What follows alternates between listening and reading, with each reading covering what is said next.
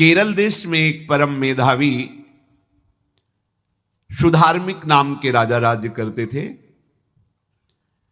धर्म पूर्वक चलना, प्रजा का पालन करना और भगवान नाम जप करना, शास्त्र विधि से बिल्कुल कभी प्रतिकूल एक भी आचरण जीवन में नहीं किया। तो उनके यहां महाभागवत चंद्रहास जी का प्रादुर्भाव होता है।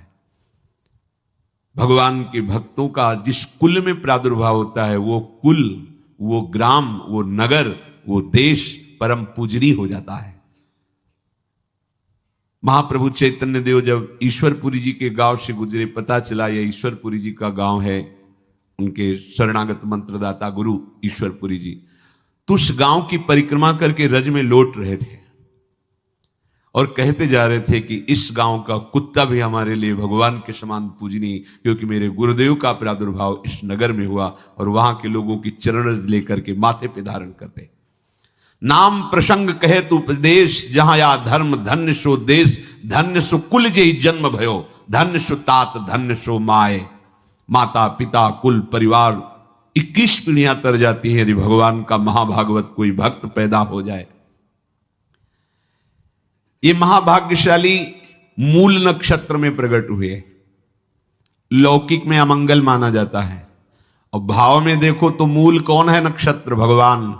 ऊर्ध्वमूल मधा शाखा मुसत्तम प्राहुरव्ययम।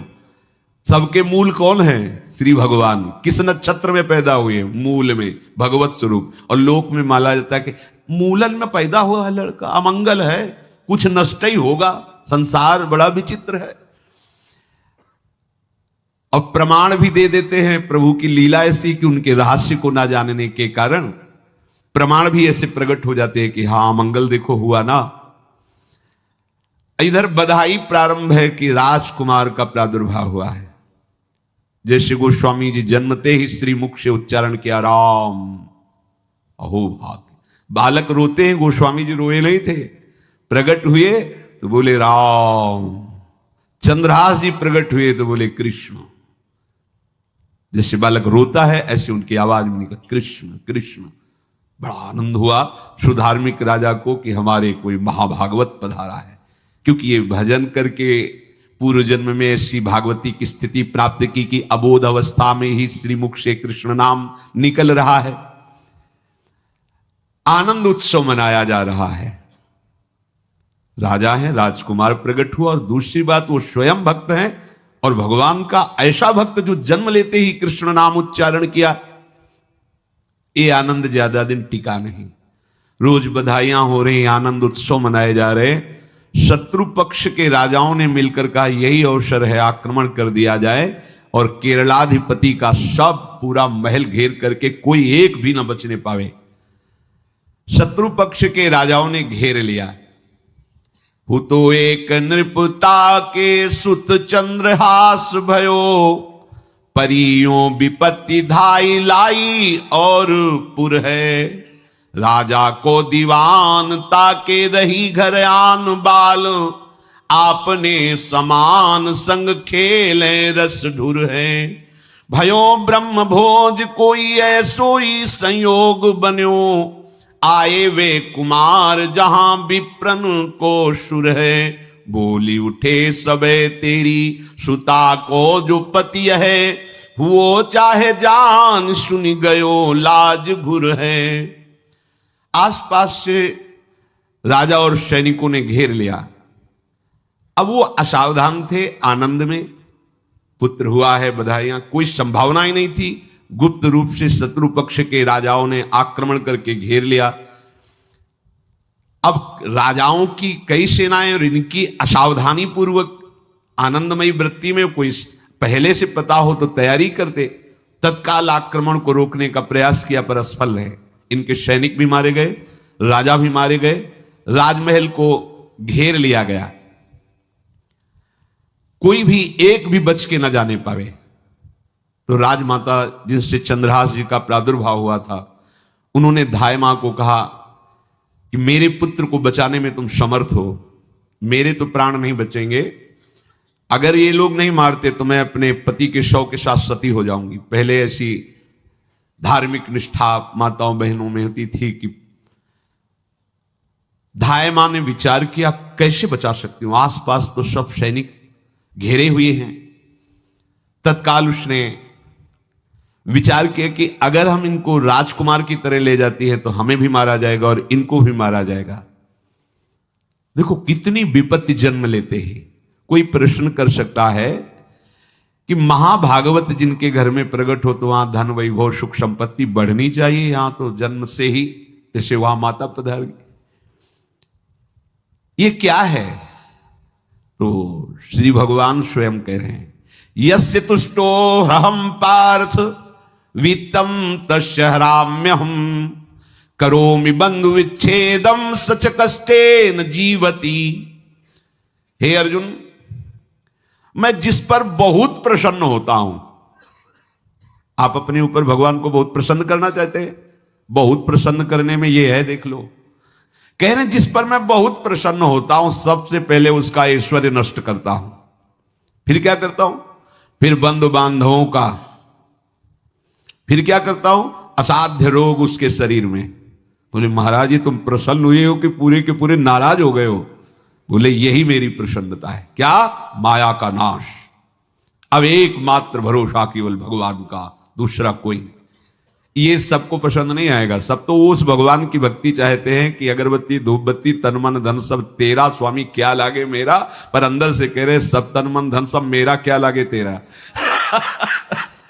ऐसे तो चलेगी भक्ति। लेकिन कई बार सत्संग में पीछे धाम में कहा था कि भगवान को रिझाकर लोक मांगोगे तो चैन से रह लोगे, और अगर उनसे प्यार करने की बात मन में ठानी कि बस मुझे केवल आपकी आंखों में आंखों को मिला करके जीवन व्यतीत करना है, मुझे और कुछ नहीं चाहिए, तो फिर लाडले आपको दुशरिहा का कोई आश्रय रहने नहीं देंगे। ध्यान रखना, जितने दुशरिहा होंगे तो ये बर्दाश्त हो तो कदम आगे बढ़ावे, बहुत प्रसन्न हो जाओ ठाकुर हम पे, तो कह रहे यस्य तुष्टो ह्रहम पार्थ वित्तम तस्य हराम्य हम करोमि बंधु विच्छेदम सच कष्टेन जीवती।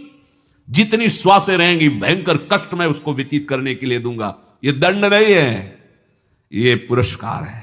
अनंत जन्मों का हिसाब बराबर करके कहीं इसकी वृत्ति मेरे से हट न जाए, ऐसे घेरे में डाल के अखंड चिंतन करवा के सजयति जयति जग उच्चरे।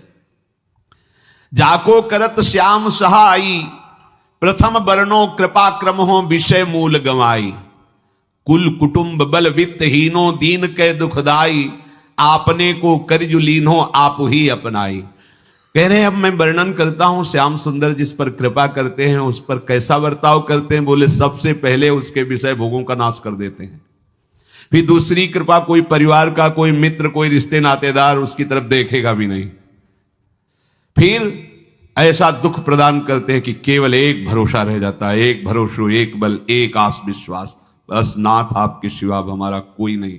बस वहीं से जो चमत्कार प्रकट होता है, त्रिभुवन में कोई उसकी समानता नहीं कर सकता जिस पर ठाकुर की कृपा है। पर इस कृपा को हजम करने के लिए इसीलिए संत संग किया जाता है कि पहले से वो तैयार कर देते हैं। जैसे आर्मी की ट्रेनिंग होती है ना, ट्रेनिंग के बाद भी बॉर्डर में लगाया जाता है, ऐसे ही संतजन ये ट्रेनिंग देते हैं। अब जो टिके तो टिके, नहीं तो घर बैठे जाके, और अगर टिक गया तो गुरु मेहरबान तो चेला पहलवान, भगवान भी परास्त नहीं कर सकते। उसमें ऐसी सामर्थ्य आ जाती है कि हर प्रभु के द्वारा दिए गए विधान को हंस करके स्वीकार कर लेता है।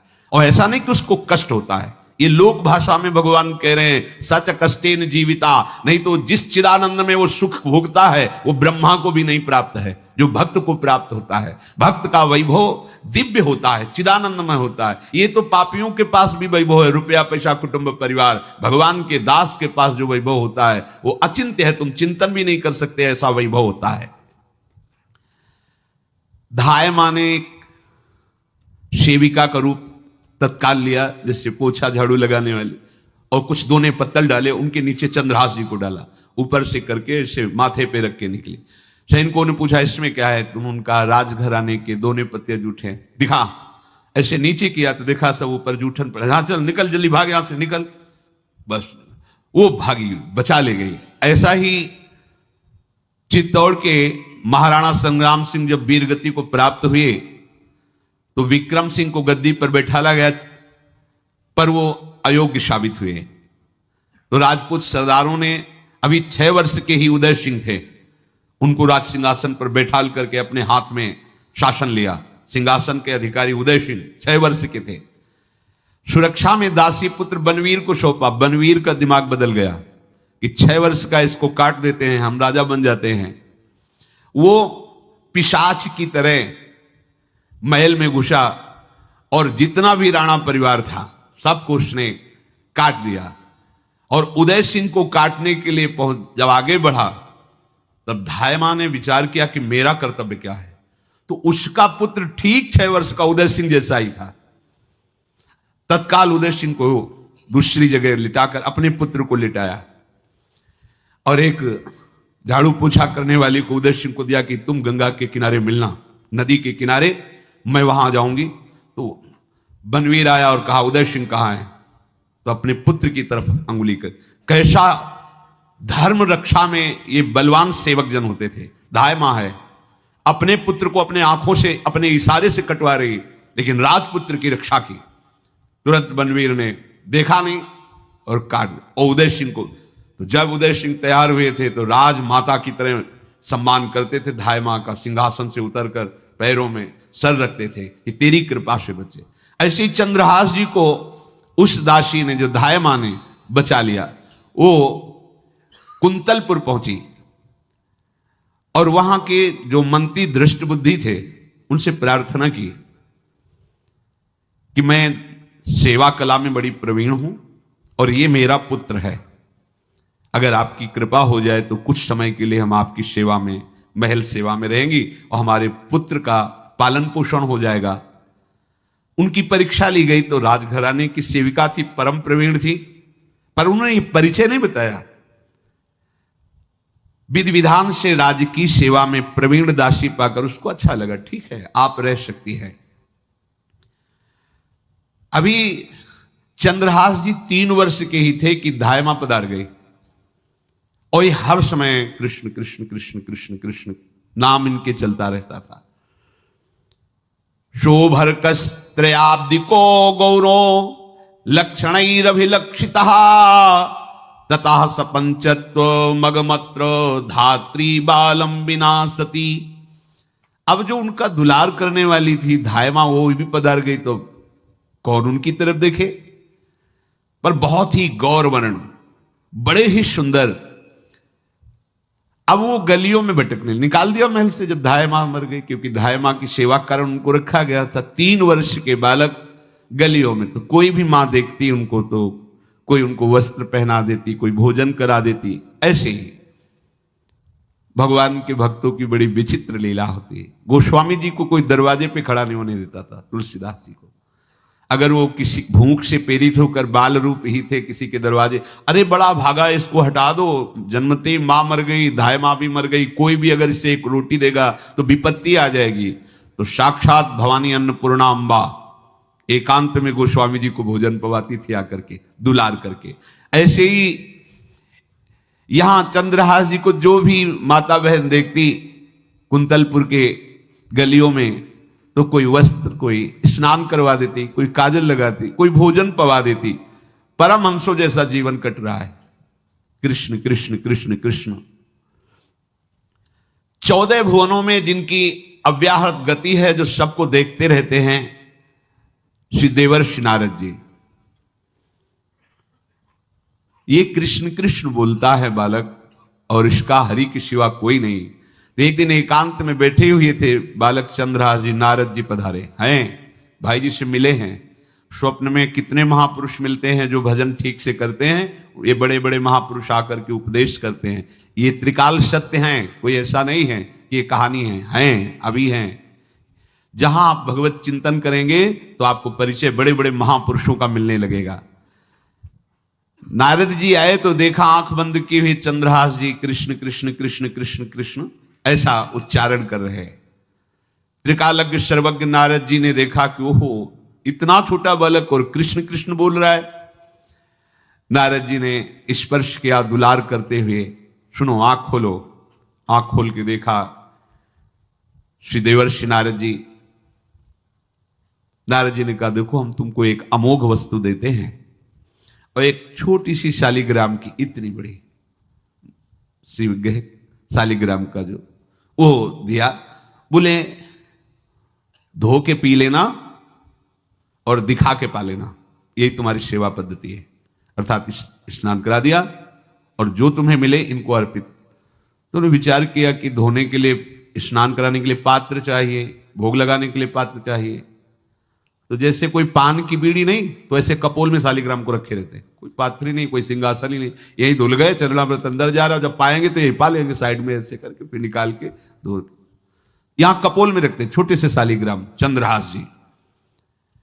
और उपदेश किया भगवान के मंत्र का।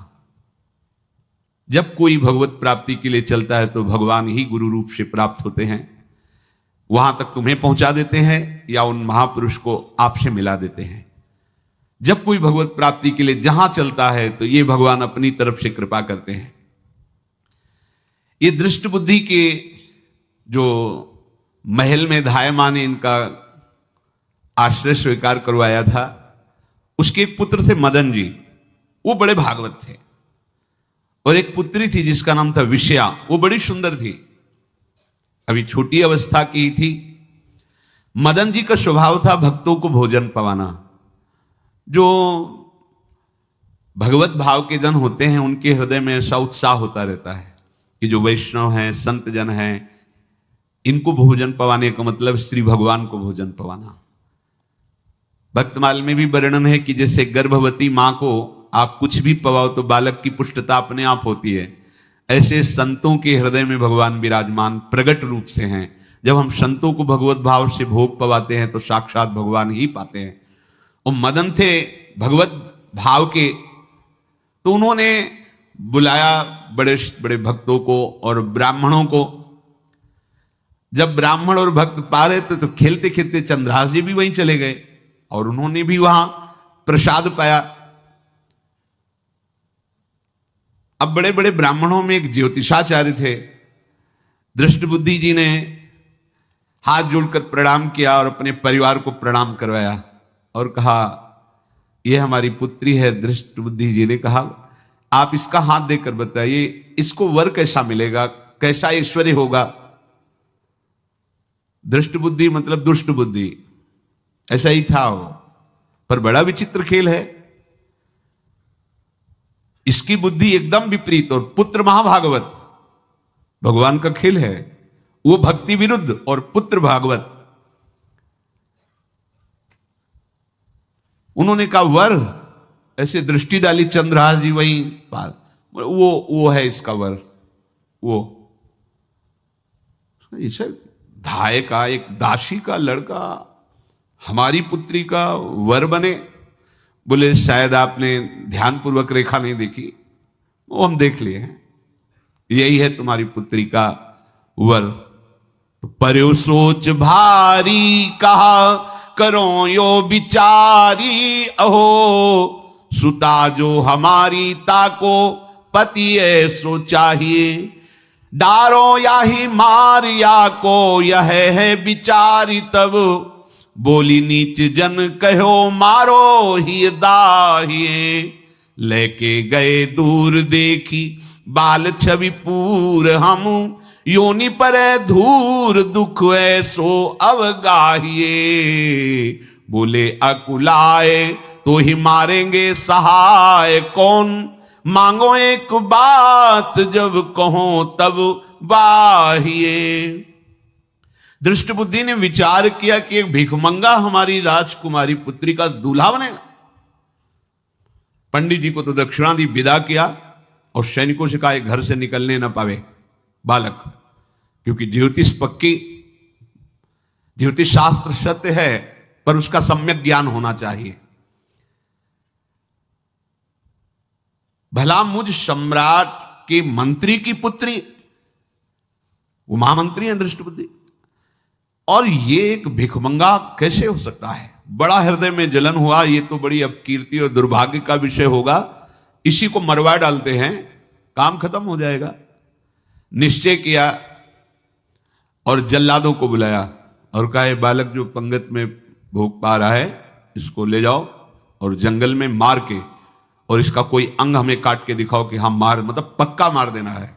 क्योंकि वो इतने सुंदर थे, इतने सुशील थे, इतने प्यारे लगते थे कि कोई भी मारने के लिए तैयार। इसलिए उसने शर्त रखी, इनका अंग काट करके हमको प्रमाण में दिखाया जाए कि मार दिए गए हैं। ततो देवास भगवान चांडालास्तान मुमुहत मोहितास्त्वन्त्यजा वाक्य मब्रुवन कीदृश शिशु। चांडालों ने हाथ पकड़ा चंद्रहास जी को, लेकिन चंद्रहास जी का स्पर्श करते हुए उनको ऐसा दुलार होने लगा हृदय में, जैसे मां को अपने बच्चे से दुलार होता है। स्पर्श करते, दरस परस अघनाश, भक्त का स्पर्श ही पापों का नाश कर देता है। वो दो जल्लाद आपस में कहने लगे, भाई जीवन हो गया लोगों को मारते हुए, कभी कोई पुण्य का काम नहीं किया। ये देखो भक्त संग का प्रभाव। इस सुकुमार विशाल नेत्र, कैसा सुंदर बालक जो हमारे चित्त को चुरा रहा है, इस दुष्ट बुद्धि मंत्री ने आदेश किया मारने का, भला इससे क्या बिगाड़ा इनका, क्यों मारना चाहता है। देखो वैसे तो मां पापी है ही है, क्योंकि जल्लाद घर में जन्मे हैं, पूर्व जन्म के पापों के अनुसार इस जन्म में न जाने कितनों को हमने काटा है। पर पता नहीं क्या हो रहा है, मेरे हृदय में ऐसी हिम्मत नहीं आ रही कि इस बालक को मैं मार सकूं।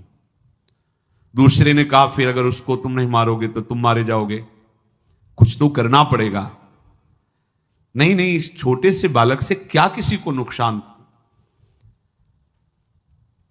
एकांत जंगल में ले गए और कहा, तुम जानते हो हम तुम्हें किस लिए लाए हैं। चंद्रहास जी बालक थे, 5 वर्ष की आयु अब हो गई थी। तो उनका, मुझे पता नहीं कि आप क्यों लाए हैं।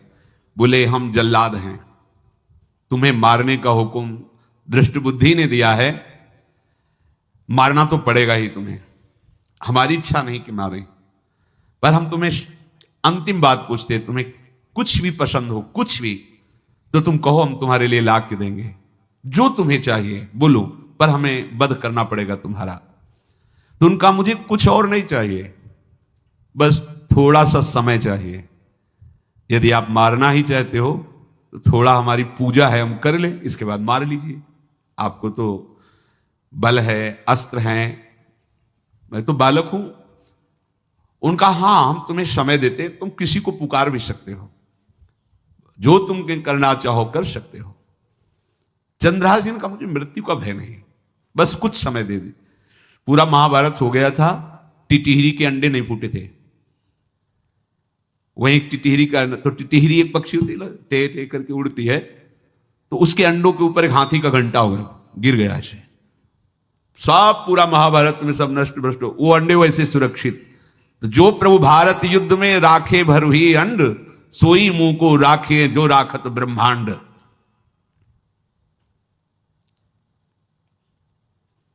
मैं तो अनाथ हूं, श्री कृष्ण के सिवा कोई मेरा है नहीं, मैं किसको पुकारूं। मेरा आश्रय तो एकमात्र वही प्रभु हैं, और निकाला शालिग्राम, यही सिंहासन है शालिग्राम का। भगवान के भक्तों की अपार महिमा है। मान लीनो बोलवे कपोल मध्य गोल, एक गंडकी कुशुत काड़ी सेवा नी कीनी है। क्या सेवा, वहां कोई पंचपात्र गंगा जल ये सब थोड़ी है, लेकर बस आंसुओं से अभिषिक्त कर रहे हैं। प्रभु मुझे तो कोई ज्ञान नहीं कि आपकी सेवा कैसे की जाती, मैं तो अपने मुख में ही आपको रखता हूं। अब मेरे जीवन का अंत होने जा रहा है, बस मैं यही प्रार्थना करता हूं कि मैं आपके ही समीप पहुंचूं, आपका ही स्मरण करूं, आपसे कभी विलग न हूं, एक भी वृत्ति आपसे कभी विलग न जाए। भयो तदाकार यो निहार सुख भार भरी, नैनन की कोर ही सो आज्ञा बध दीनी है। श्याम सुंदर मुरली मनोहर ललित त्रिभंगी ध्यान करते हुए आंख खोली और इशारा किया, काट दो मुझे। जल्लादों ने जब देखा आंसू चल रहे हैं ऐसा, वो बैठ गए अस्त्र रख के और कहने लगे, भाई तुम मुझे मार दो, भले भले वो दृष्ट बुद्धि मुझे, मैं इस बालक को नहीं मार पाऊंगा, मेरी हिम्मत नहीं। अब कुछ भी हो, मेरा वध हो जाए, पर मैं इस बालक को, गिरे मुरझाई दया आई कछु भाए भरे, ढरे प्रभु और मति आनंद शोभिनी है। हुती छठी आंगुरी सो काट लई, दूषण हो भूषण ही भयो जाई, कहीं सांच चीनी है। जब नेत्र का इशारा हुआ कि वध कर दो, तो जो बधिक मारने के लिए आए हत्यारे थे वो आनंद से एकदम प्रफुल्लित हुए और कहा मैं नहीं मार पाऊंगा तुम्हें। तो एक ने कहा देखो एक उपाय मुझे दिखाई दे रहा है, इस बालक में विशेषता तो है ही, पर इसके पैरों में देखो, बाएं पैर में एक छठी अंगुली भी है, किसी किसी को होती है। गांव में तो कहते हैं छंगू या छंगा, जिससे होता है ना गांव में, और ये छंगा मतलब 6 अंगुली के। बोले इसको अगर काट लेते हैं तो प्रमाण भी सत्य, जिसकी कसम खवाएगा मैं खा लूंगा कि ये चंद्रहास जी के है, और मैं मार दिया। और कौन इस बालक को ढूंढेगा, जंगल में छोड़ देते हैं, अपनी तो सामर्थ्य नहीं। बधिकों ने, जल्लादों ने ऐसा ही किया और जाकर अंगुली दिखा दी, मैं बालक का वध करके आ गया हूं। उनको यह कि लाखों बार इन्होंने वध किया तो संशय का कोई रिश्तेदार थोड़ी है, वो तो बालक है, उसको मारने में क्या, हाँ ठीक है मार दिया गया। अब वो जो चले गए तो अंगुली जो कटी थी उससे रक्त प्रवाह हो रहा है। कृष्ण कृष्ण जगन्नाथ वासुदेव जनार्दन, हे कृष्ण हे जगन्नाथ हे वासुदेव हे जनार्दन, ऐसे नाम उच्चारण करते हुए मूर्छित हो रहे हैं चंद्रहास जी। वो छोड़ करके जल्लाद चले गए। चंद्रहास जी भगवान का स्मरण कर रहे हैं, तो जितने जंगल के मृग हैं वो सब मंडलाकार घेर के ऐसे। एक हुमा नाम का पंछी होता है, अगर उसके पंखे की छाया पड़ जाए तो चक्रवर्ती सम्राट का वैभव प्राप्त होता है। और वो भीड़ की भीड़ पक्षी आकर चंद्रहास जी के ऊपर ऐसे घेरे हुए हैं, आसपास मृग मृगी मृग शावक सब घेरे हुए हैं। बीच में चंद्रहास जी कृष्ण गोविंद दामोदर माधव ऐसे उच्चारण कर रहे हैं। जो भगवान के चिंतन में मगन रहना अपना स्वभाव बना लेता है, तो देखो ऐसे हत्यारों के हृदय में भी दया गई, क्योंकि दया समुद्र भगवान का स्मरण जो करते हैं उनमें ऐसी महामहिम दिव्यता आ जाती है। कोई भी कितना भी निर्दयी हो, अंदर से वो भले जल रहा है द्वेष के कारण, पर कहीं ना कहीं ये द्वेष आंतरिक राग का सूचक हो। वो भी भक्त को प्यार करता है, पर भक्ति ना होने के कारण वही उसका राग द्वेष में बदल जाता है। कोई भी हो, अंदर से जब भक्त के प्रति जलन पैदा करता है तो उसमें मूल होता है भक्त की महिमा, भक्त का महत्व, पर उसे ना प्राप्त, जैसे कहते हैं कि वो अंगूर खट्टे हैं और हट नहीं प्राप्त कर पाए तो अंगूर खट्टे हैं, बकाया महत्व तो सब के अंदर होता है। दुष्ट से भी दुष्ट के अंदर भगवान के भक्तों का महत्व होता है, क्योंकि सबके हृदय में भगवान विराजमान है। अब चंद्रहास जी भगवत स्मरण करते हुए पक्षियों के और मृग आदि के बीच में हैं। उधर भगवान का एक विधान तैयार होता है, वह देश भूमि में रहत लघु भूप और सुख सवै एक सुत चाह भारी है।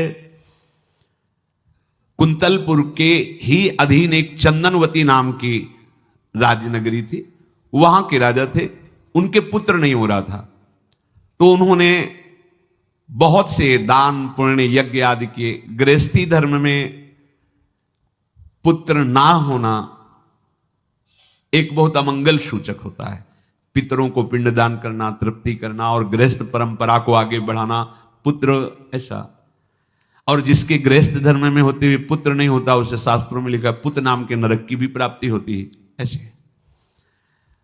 पर अगर वही गृहस्थ जिसके पुत्र नहीं हुआ और बालकृष्ण को अपना पुत्र मानकर उनकी सेवा करे तो परम पदवी को प्राप्त हो जाए।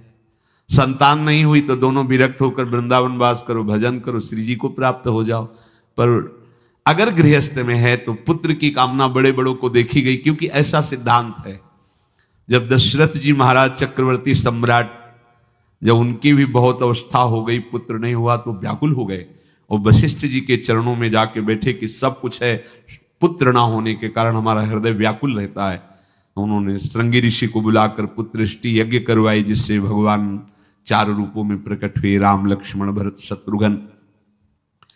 तो कुंतलपुर सम्राट पद, चंदनवती राज्य राजा, जैसे प्रदेश और दिल्ली में बैठे हुए जो प्रधानमंत्री राष्ट्रपति, वो बादशाह, जो दिल्ली का अधिकार वो बादशाह, और ऐसे छोटे छोटे जो राज्य हैं उनको राजा।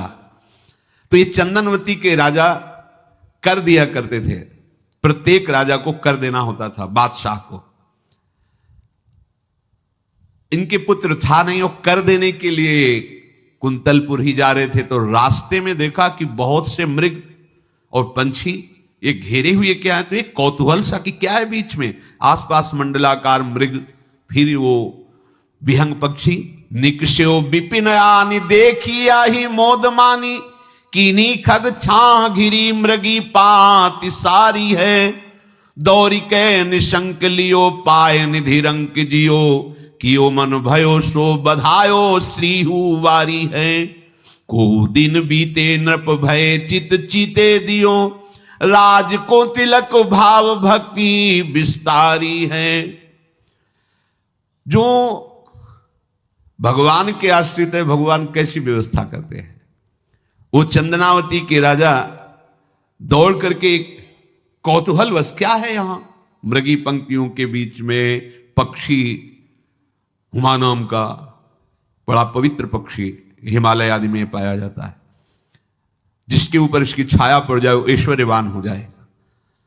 देखा बालक दिव्य तेजों में, और मूर्छावस्था में नजदीक गए तो अंगुली पूरी कटी हुई थी, तो रक्त प्रवाह, गोद में उठाया और आनंदित हो गए, हमारी पुत्रेष्टि यज्ञ सफल हुई, हमारा दान पुण्य सफल हुआ, ऐसा हमें सुंदर बालक मिला। चंद्रहास जी को लेकर के घर आए और हृदय में भगवान का बार बार कृपा प्रसाद मना रहे हैं, मुझे भगवान ने पुत्र दिया। चंद्रहास जी को लेकर आए, आनंद मंगल बधाइयां बजने लगी, बहुत सी संपत्ति न्यौछावर कर दी। 5 वर्ष के चंद्रहास जी हैं। पूछा बेटा तुम्हारे माता पिता कौन है, तो कहा श्री कृष्ण। परिवार में कौन है, श्री कृष्ण। मतलब तुम्हारा कोई नहीं है, नहीं है श्री कृष्ण। समझ गए कि भगवान ही हमें कृपा करके ऐसे महाभागवत पुत्र को दिया। और है कौन, वास्तविक कोई नहीं श्री कृष्ण के सिवा। बड़ा उत्सव मनाया और अपने राज सिंहासन का अग्रिम अधिकारी युवराज पद चंद्रहास जी को। अब तो पूरे राज्य में आनंद की वर्षा हो रही। राजा मन में विचार कर रहे हैं कि ऐसा प्रतापी भक्त हमारे यहां आया है, अब हमको किसी को कर देने की जरूरत नहीं। तो जो हर महीने वर्ष में जो बंधा हुआ कर था उन्होंने नहीं दिया। 1 बार 2 बार 3 बार जब कर नहीं पहुंचा तो सम्राट ने आदेश किया मंत्री को कि चंदनावती से कराना बंद हो गया है। क्या बात है, यदि वो अहंकार से युक्त हो तो आक्रमण करके नष्ट करो, यदि समस्या है तो उसका सहयोग करो। बादशाह के आदेश से वहां दृष्ट बुद्धि पहुंचे तो युवराज पद पर चंद्रहास जी विराज, जिनको मारने के लिए जल्लादों के हाथ में दे दिया था। पूरे पूर्वासी ऐसा प्रभाव चंद्रहास जी का है कि सब कृष्ण भजन करते हैं, सब आनंद में मगन रहते हैं। चंद्रहास जी थोड़ा सयाने हो गए थे तो पूर्ववासियों को उपदेश देते, एक बार हमारे राज्य में भोजन पाया जाएगा 24 घंटे में, और सबके घरों से आरती की शंखनाद घंटानाद सुनाई देना चाहिए। सबके यहां शाम के रोज नाम कीर्तन और भगवत कथा होनी चाहिए, क्योंकि आयुष्यम चपलम तादृक जल बुद्बुद सन्निभम चिंतयध्वम जनामूढ़ा माधवम वर्षम सुस्थिरम। भाइयों, ये आयु बड़ी चंचल है, कब शरीर छूट जाए पता नहीं, पानी का बुलबुला कब फूट जाए कोई पता नहीं। इसलिए माधव श्री कृष्ण का नाम कीर्तन, उनकी आरती पूजा, उनका ध्यान और एक टाइम भोजन पूरे नगर में। अब सोचो कितना भक्ति का प्रभाव होता है। पूरा नगर में हर घर में आरती पूजा कीर्तन। तो रहे जाके देश सो नरेश कछु पावे नाही, बाह बल जोर दियो सचिव पठाई के, आयो घर जान कियो अति सन्मान सो, बिछान लियो वह बाल मारो छल छाई के। दई लिख चिट्ठी जाओ मेरे सुत हाथ दीजे, कीजे वही बात जाको आयो ले लिखाई के, गए पुर पास बाग सेवा मति पाग करी, भरी दृग नींद ने कुछ सोयो सुख पाई के। चक्रवर्ती सम्राट के लक्षण स्वाभाविक चंद्रहास जी में प्रकट होते थे। अब दृष्ट बुद्धि जब वहां गया, देखा युवराज पद पर, पहचाना कि वही बालक है, ये तो चंद्रहास है, क्योंकि काफी समय तो महल में ही रहे थे धाय मां के साथ और अच्छे से पहचान थी। अब उन्होंने विचार किया कि ये तो बहुत अनिष्ट हो गया, हमने तो मारना निश्चित किया था और जल्लादों ने इसको छोड़ दिया और अब तो ये राजा का राजकुमार बन गया। तो राजा से कहा कि पहली बात, युवराज पद पर बैठालने के पहले तुम्हें सम्राट को सूचना देनी चाहिए थी। दूसरी बात, अभी तक तुमने कर नहीं दिया। जानते हो कि अगर सम्राट का भाव बदल गया तो एक क्षण में तुम्हारे राज्य को नष्ट कर दिया जाएगा। तो राजा ने हाथ जोड़कर, चंद्रावती के राजा ने कहा, महाराज आप ही अब हमारी रक्षा कर सकते हो। तो उसकी दृष्टि चंद्रहास पर थी, इसको मरवाना है, क्योंकि पंडित ने बताया था यही पति बनेगा। अरे तो अब तो आनंदित होना चाहिए कि अब तो राजा बनेगा, अब तो बढ़िया है। लेकिन चंद्रहास जी को यदि आप सम्राट के पास भेज देते हैं और सम्राट निश्चित प्रसन्न हो जाएंगे चंद्रहास को देख के, तो वो तुम्हारे इस अपराध को क्षमा कर देंगे।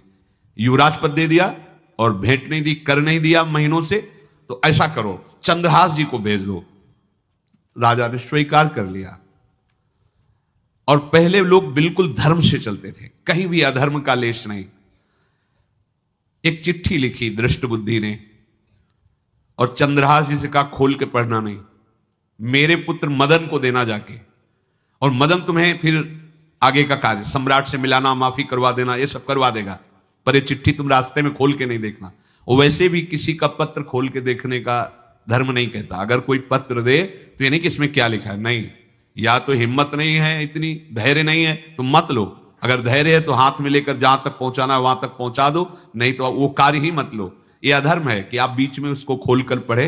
पहले लोग बहुत धर्मात्मा होते थे, एक एक बात धर्मयुक्त होती थी। चंद्रहास जी को चिट्ठी दी, चंद्रहास जी ने पत्र को अपनी पाग में खोस लिया और कुंतलपुर के लिए चले। अब इनका किशोर अवस्था में प्रवेश हो चुका था। एक सुंदर कुंतलपुर के बाहरी रमणीय बगीचा था, वृक्ष बहुत सुंदर सुंदर, पुष्प वाटिका भी बड़ा मनोरम लगा। घोड़ा बांध दिया वृक्ष में और पहले सरोवर का बड़ा निर्मल जल होता, जल पिया, हाथ मुंह धोया, थोड़ी देर भगवान का ध्यान करते रहे वृक्ष के नीचे और फिर लेट गए तो नींद आ गई। भगवान बड़े कृपालु हैं। जो भगवद आश्रित होता है त्रिभुवन में कोई उसका अमंगल नहीं कर सकता। अपनी सहेलियों के साथ दृष्ट बुद्धि की वही राजकुमारी जिसके साथ इनका ज्योतिषाचार्य ने कहा था यही पति होगा, वो अपनी बहुत सी समान वयस अवस्था की जो किशोरियां थी उनके साथ वो, और ये राजवाटिका थी, इसमें घूमने के लिए आई। तो घोड़ा देखा तो उसने कहा यहां किसी का घोड़ा कैसे आ सकता है? हमें लगता है कोई यात्री इसमें प्रवेश कर गया, उसको पता नहीं होगा कि राजवाटिका है। खेलत सहेलिन मो आई वाही बाग मांझ, करी अनुराग भई न्यारी देखी रीझी है। पाग मदि पाती छवि माती झुकी खेच लई, बाची खोल लिख्यो विष दैन पिता खीजी है। विषया सुनाम अभिराम दृग व्यंजन सो, विषया बनाई मन भाई रस भींजी है। आई मिली आलिन में लालन को ध्यान हिए, पिए मद मानो गृह आई तब धीजी है। वो अपने सहेलियों के साथ घूमते हुए उसी वृक्ष के नीचे पहुंची जा। चंद्रहास नौ किशोर अवस्था, और जो भगवान का भजन करते हैं उनमें एक विशेष आकर्षण होता है जो साधारण आदमियों में नहीं होता। वो कैसा भी रूप हो उससे मतलब आकर्षण होता है, ऐसा लगता है इनके समीप बैठे रहे, इनको देखते रहे, इनकी बातें सुनते रहे, उनमें भगवत आकर्षण होता है। आंख मुंदी हुई शोर है, देखते ही पूर्व विधान के अनुसार उसका चित्त लुट गया। इतना सुंदर नौ किशोर अवस्था, आसपास देखा तो सखियां खेलने में लगी थी, पाग में एक चिट्ठी सी दिखाई दी, तो झुक करके चुपचाप ऐसे नौ किशोर अवस्था में चंचलता भी होती है, चिट्ठी खोल करके देखा तो वैसे ही रूप माधुरी में आसक्त हो गई थी, पूर्व संस्कार से आकर्षण भी हुआ। इसने संस्कृत में लिखा था, विस्मस्मयी प्रदातव्यम त्वया मदन शत्रवे कार्या कार्यम न द्रष्टव्यम कर्तव्यम खलु में प्रियम। मदन पुत्र, उनके नाम था मदन। अय मदन, बिना कुछ विचार किए इसको विष दे देना जाते ही। क्या उचित है क्या अनुचित ये तुम्हें नहीं सोचना, मेरा प्रिय करना, मेरे आदेश का पालन, जाते ही से विष दे देना। पत्र उसने देखा पिताजी की बुद्धि खराब हो गई, ऐसे सुंदर नव किशोर को विष देने की बात लिख दी। अब उसे बड़ा दुख हुआ कि पहली ही दृष्टि में, अभी तो इन्होंने आंख खोल के हमें देखा ही नहीं, और इनको इस सोई हुई मुद्रा में देख करके मेरे प्राण समर्पित हो गए, मेरा चित्त समर्पित हो गया। चलो, जब मेरी सखियों के नाम पुकारे जाते, हेमलता शशिकला आदि, तो मुझे चुभता था कि मेरा नाम पिताजी ने विषया क्यों रखा है। आज सार्थक हो गया, मेरा नाम सार्थक हो गया। काजल लगाई हुई थी, एक सीख से ऐसे काजल लिया, और एक संस्कृत में आ बनता है ऐसा, ऐसे, बस ऐसे कर दो तो विषया हो गया। अब उसका अर्थ बदल गया, हे मदन, उचित अनुचित का विचार छोड़कर जाते ही इसे विषया प्रदान कर दो, ये मेरा प्रिय कार्य होगा। विषया पुत्री भगवान है, जैसी हो बहुतव्यता तैसी बने सहाय, आप ना आवे आप परताई तहां ले जाए। तो ओ पत्र वही खोश दिया, और ये सुख हुआ कि तो जाएंगे भाई के पास ही ना, तो घर में ही तो जाएंगे, वहां इनकी इस प्रसन्न मुद्रा में बातचीत करते हुए मैं इनको देखूंगी। ये भगवान का विधान होता है। भगवान श्री राम जब पुष्प वाटिका में पुष्प चयन कर रहे, तो श्री विदेह राजनंदनी जानकी जी के नूपुरों की ध्वनि कान में पड़ी, सावधान हो गए। लक्ष्मण जी से कहते, लक्ष्मण, आज तक मेरे मन में ऐसा नहीं हुआ, ये नूपुर और कंकन की ध्वनि मेरे मन में व्याकुलता पैदा कर रही है, और रघुवंशियों का स्वभाव ऐसा नहीं है। ये किसकी हो सकती है नूपुर ध्वनि? तो बोले, भैया ये तो जनक जी का निज महल की वाटिका है, इसमें तो राज परिवार के सिवा किसी का प्रवेश ही नहीं होता। ऐसे ही बात कर रहे थे कि सामने से श्री विदेह राजनंदनी किशोरी जो जानकी जी को भगवान के पसीना आ गया माथे पे ऐसा सुंदर स्वरूप। और लक्ष्मण जी से कहते, लक्ष्मण, मुझे अपने मन पे विश्वास, मर्यादा पुरुषोत्तम भगवान, मुझे अपने मन पे विश्वास है कि कभी भी इसमें हलचल नहीं, पर आज कुछ हम संभाल नहीं पा रहे। ये विधान होता ना, जानकी जी को देख, तो ये भगवान का विधान होता है जो ऐसा पवित्र भाव वाले। अब चंद्रहास जी, ये सब कुछ पता नहीं, भगवत ध्यान में वो निद्रा में, तो उठ्यो चंद्रहास जी पास लिख्यो ल्यायो आयो, देख मन भायो गाढ़े गरे सो लगायो है, दही कर पाती बात लिखी मो सुहाती, बोली विप्र घरी एक मांझ ब्याह उभरायो है, करी ऐसी रीति डारे बड़े नृप जीती, श्री देत गई बीत चाव पार पे न पायो है, आयो पिता नीच सुनी घूमी आई मीच मानो, बानो लखी दूल्हा को सूल सरसायो। चंद्रहास जी उठे और पूछते हुए मंत्री के घर पहुंचे, और मदन ने जेही की चंदनावती से पिताजी ने इनको भेजा है, ये वहां के राजकुमार हैं, हृदय से लगाया। चंद्रहास जी ने कहा, आपके पिता ने पत्र दिया है। उन्होंने पत्र पढ़ा, विषमस्मयी विषयास्मयी, विषय तुरंत बिना विचार किए ब्याह कर दो, दे दो, क्योंकि लिखा है प्रदातव्यम त्वया मदन, अभी इसी क्षण जहां ये पत्र मिले, उनका जो आ गया, शुभम शीघ्र बुलाओ पंडित को।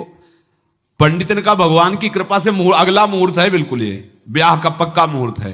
अब तो राजघराने तत्काल व्यवस्था हुई, अब वो तो पहले ही मोहित हो चुकी थी देख के विषया जी। तत्काल दुल्हन रूप उनको सजाया गया, इनको दूल्हा रूप सजाया गया। पंडित शुरू कर दिए गणानंतो आगणपति को, ब्याह हो गया। अब जब ब्याह यहां खूब धूमधाम से हो गया तो दृष्ट बुद्धि ने सोचा कि काम हो गया होगा, विष दे दिया होगा, मर अब हम जाके संभाल लेंगे, क्योंकि राजकुमार है, कैसे विष दिया, कौन दिया, तो इस बात को हम संभाल लेंगे। जब वहां घर आए तो पूरे नगर में सजावट हुई थी। बोले भैया सजावट का है कि? बोले महाराज आपके ही आदेश से तो है, आपने दूल्हा भेजा था। और दूल्हा भेजा, ब्याह किसने कब कहा ऐसा? बोले तो मदन के पास चिट्ठी रखी है। अब वो घर गए, मदन को बोला, बोले तुम्हारी बुद्धि मारी गई क्या? हमने पत्र में लिखा था। दिखा दिया, लिखा था हमने, विष, इसमें विषया कैसे लिख गया? काजल से और पहले स्याही काजल की ही होती थी, तो ऐसे भगवान सब कुछ बना देते हैं। उनका पिताश्री एक भी अक्षर आपकी आज्ञा का उल्लंघन, आपने लिखा था बिना विचार किए उचित अनुचित का हमारी आज्ञा का पालन किया जाए। विषया प्रदातव्यम मदन, मेरा नाम लेके आपने संबोधन करके, ये देखो ये लिखा हुआ है, इसमें हमारी त्रुटि क्या है? देखा तो चंद्रहास जी दूल्हा और सुंदर। अब उसका हृदय आग ले, अब तो मान जाना चाहिए, बिटिया का वरण हो गया भाई, ब्याह हो गया, अब तो गुस्सा छोड़ देनी चाहिए। पर दुष्ट बुद्धि, नाम ही रखा था दृष्ट बुद्धि, उसने कहा चाहे बिटिया विधवा रहे पर तुम्हें जिंदा नहीं रहने देंगे। ये दुष्ट बुद्धि होती है। देखो कैसे कैसे ऐसे ही होते हैं, कुछ लोग ऐसे ही होते हैं, हमारी इज्जत, फिर जेल काटता है पूरा परिवार, मार डालेंगे तुम्हें जिंदा नहीं रखें, ऐसे दुष्ट बुद्धि का स्वभाव होता है। अब भाव जब बिगड़ जाता है तो फिर पकड़ में नहीं आती बात, यही समझ जाना चाहिए था। चरणों में प्रणाम करके कि अब तो तुम हमारे बेटे के समान हो, ये भी राज्य तुम्हारा, वो भी आनंद लो, अब बड़ा सुख का कार्य। लेकिन जब नकारात्मक सोच आ जाती है तो बुद्धि कंट्रोल में नहीं रहती, वो फिर उद्दंडता करने, उसका निश्चय गलत होता है।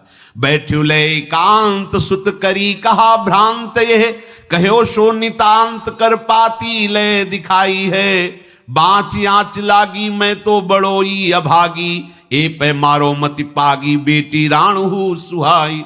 बेटिया भले विधवा हो जाए पर इसको हम मरवा देंगे। बोल नीच जाति बात कही तुम जाओ मठ आवे, यहां को मारी डारो मोही भाई है।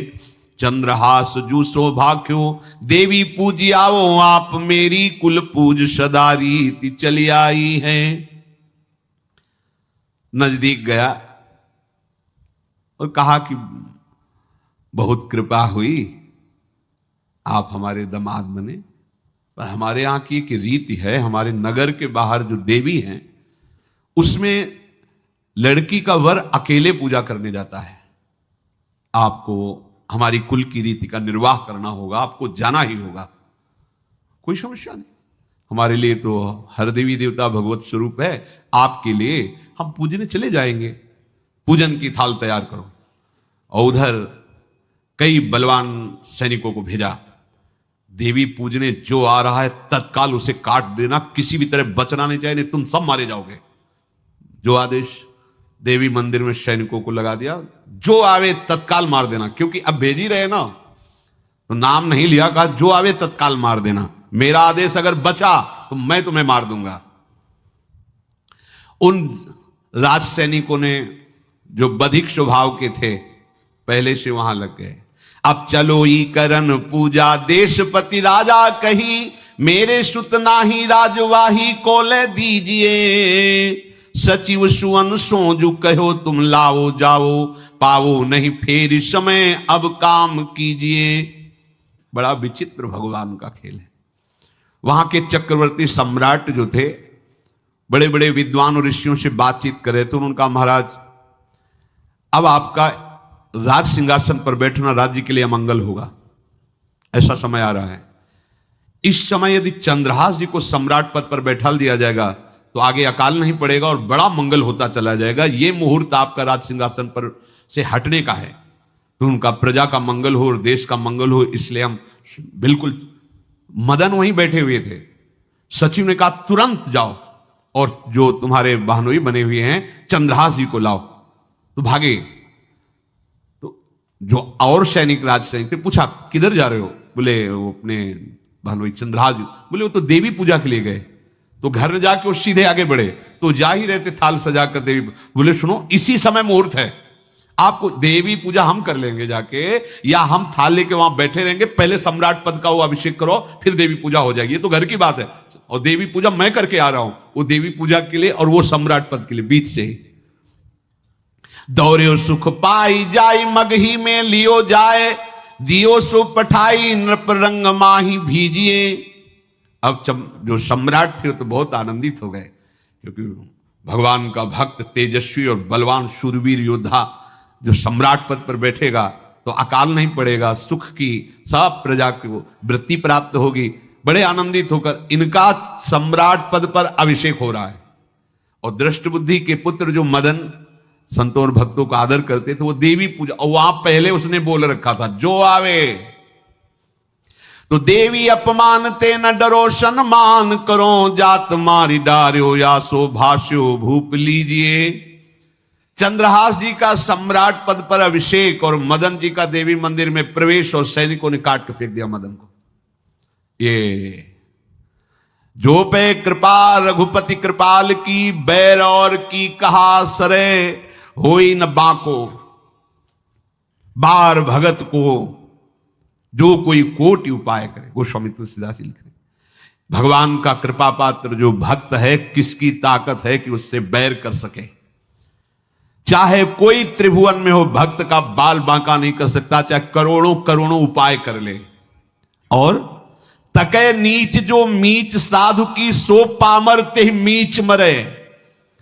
वेद विदित प्रहलाद कथा सुनि, को न भगति पथ पाम धरे। अगर तुम जिस भाव से साधु को नीचा दिखाना चाहोगे, वही भाव तुम्हारा सर्वनाश कर देगा। वैसे ही देखो सर्वनाश हुआ ना, एक ही पुत्र, और इसके आदेश से वह उल्टा खेल हो गया, पुत्र की ही हत्या हो गई, और चंद्रहास जी को सम्राट पद पर अभिषेक किया जा रहा है।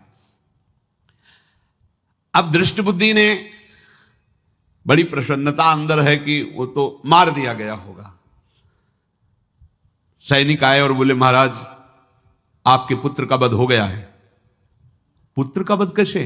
बोले आपने कहा था जो आए उसे मार देना, तो आपका पुत्र ही थाल लेकर पूजन। वो तो चंद्रहास बोले उनका तो अभिषेक हो गया सम्राट पद पे, ये कैसे हो गया? अब अंदर भारी दुख उनके हृदय में। उन्होंने बताया कि तुम्हारे पुत्र को तो हम लोगों ने ही काट डाला आपके आदेश के अनुसार, आपने कहा था जो जाए उससे काट। अब तो छाती पीट पीट के, माथा फोड़ फोड़ के खूब रो रहा है। किसी का कोई भी बस नहीं चल सकता भगवान के भक्त के ऊपर। तंत्र मंत्र दुनिया का जितना भी सामर्थ्य है, ये भक्ति को ऐसे खिलवाड़ नहीं है। भगवान के भक्त को छोटा गरीब असहाय देख करके कभी अपमान मत कर देना। दुखिया को न सताइए, क्योंकि दुखिया देगा रोए, और जब दुखिया के मुखिया सुने तब तेरी गति का होए। ऐसा मत समझना है भिखारी हैं, बेकार हैं, ऐसा है क्या है हमारे पास सब कुछ है। कुछ नहीं, एक तमाचा में काल के सब मिट्टी में मिल जाओगे। ये जो भ्रकुटी के इशारे से काल को भी ना चाहता है, उनके ये दास हैं। देखो ना क्या वो सम्राट पद पे अभिषिक्त हो रहा है, उसके कुल परंपरा चलाने वाला पुत्र ही काट दिया गया। अब वो बार बार मैं कितना भागी, हाय मैं कितना भागी, अपने पुत्र को ही मरवा दिया, ये हाहाकार करके रो रहा है। चंद्रहास जी ने जब सुना तो उन्होंने कहा अरे मृत्यु तो मेरी निश्चित थी, फिर मदन भैया को वो मेरी मृत्यु प्राप्त हुई। नहीं नहीं, ऐसा नहीं हो सकता, मैं अभी जाता हूं। वहां गए, अंगों को रखा, भगवान का ध्यान करते हुए स्मरण करते से हाथ फेरा, उठ के बैठ गए। अब ये घटना तो उनको पता नहीं थी, दृष्ट बुद्धि को उन्होंने खोपड़ी फोड़ करके अपनी हत्या कर ली। उनको जिला के आए तो फिर उनको जिलाया और कहा पिताजी अब कृष्ण कृष्ण जपो। अब उनकी बुद्धि शुद्ध हुई और भगवान का आश्रय लेकर के वो अपने जीवन को भगवत भक्ति में बनाए। तो जो भगवान का भक्त है उससे द्रोह करने वाले को भी परम मंगल ही देते हैं भक्त। पर भक्ति में अनन्यता की आवश्यकता है। प्रारंभ इहलोक परलोक के सारे सुखों को भगवान के चरणों में समर्पित करके किसी व्यक्ति वस्तु स्थान का आश्रय नहीं होना चाहिए। कैसे जानोगे कि आपके हृदय में किसी व्यक्ति वस्तु स्थान का आश्रय है या प्रभु का। क्योंकि जो इस तरह से निकल पड़े उनकी तो बात अलग है, लेकिन जो घर में रह रहे हैं, राज परिवार में रह रहे हैं या सुख भोग में रह रहे हैं, वो कैसे जानेंगे कि हमारा आश्रय भगवान का है कि नहीं। जब आपको कोई विपत्ति पड़े तो उसी समय देखो आपका मन किधर गया, किसी फोन नंबर पर, किसी व्यक्ति के संबंध के लिए या किसी बल पर गया, तो आश्रय भगवान का भी नहीं है। यदि सीधे भगवान पर गया, सीधे कहीं नहीं गया, सीधे भगवान पर, आश्रय भगवान। कोई सुख सम्मान हर्षोल्लास की बात आई तो अपने गुण पर गया, अपनी महिमा पर गया या भगवान की कृपा पर गया। अगर सीधे भगवान की कृपा पर गया कि ये तो हमारे प्रियाजू की कृपा से है, मुझ अधम के ऐसे भाग्य कहां, ये तो मेरी लाडली जू की कृपा। कोई विपत्ति आई, कोई परेशानी की बात नहीं, लाडली जो है ना, बस बड़े से बड़े सुख में और बड़े से बड़े दुख में, दोनों में हमारी चित्त की वृत्ति आराध्य देव की तरफ जा रही है, तो जान लो आपका भगवद आश्रय। और भगवद आश्रय है तो ये ऐसी चमत्कारमयी वृत्ति है कि इससे बड़ा कोई साधन नहीं। प्रायः इसका परिचय नहीं प्राप्त हो पाता। मदाश्रया एक दिन बोले भी थे, बहुत अमृत में शब्द है ये, बड़ी कृपा, पढ़ सब जाएंगे, पर मदाश्रया की स्थिति ये केवल कृपा पात्र को ही प्राप्त होती है। बिल्कुल महाप्रभु इसी का संकेत कर रहे हैं। दूरादपास स्वजनान सुखमर्थ कोटिम सर्वेषु शब्द है, सर्वेषु साधन वरेषु चिरम निराशा। तो अब क्या हुआ, केवल गोरे चरणारविंद का आश्रय। तो बोले वर्षंत में वो सहजाद्भुत, सहज शब्द है, साधन शब्द नहीं। साधन के लिए तो कहा सर्वेषु साधन वरेषु, जो श्रेष्ठ श्रेष्ठ सब साधन है उनका आश्रय नहीं। आश्रय किसका, भोरी गोरी किशोरी के चरणारविंद का, राधा नाम का आश्रय। तो क्या होगा, बोले इतने मात्र से ही वर्षंत में उस सहजाद्भुत सौख्य धाराम श्री राधिका चरण रेणु महामिस्मरामी, इसी से प्रियाजू की प्रेम वर्षा आपके हृदय में हो जाएगी। हमें केवल आश्रय पर ध्यान देना है। आश्रय यदि हम प्रभु को भूल गए तो आश्रय कैसा, यदि हम किसी की तरफ ऐसी वृत्ति रखी कि ये कभी काम आएगा तो आश्रय कैसा। बस ध्यान रखना है, अगर आप आश्रित हैं तो परम पद आपकी जेब में है, मान लो। बहुत गूढ़ दोहा है ये हरिराम व्यास जी का, काहू के बल भजन को काहू के आचार, व्यास भरोसे कुंवर के सोवत पाओ, भरोसो दृढ़ इन चरणन केरो।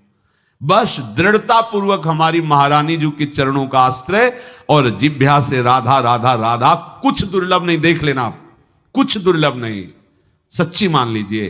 अंतर और बाहर से निहाल कर देंगे श्री जी। यही परलोक, हम नहीं कह रहे, हमारे आचार्य कह रहे, यही परलोक, यही परलोक, भक्ति सुख पावत नहीं कह रहे, सकल सुख पावत शब्द को पकड़िए।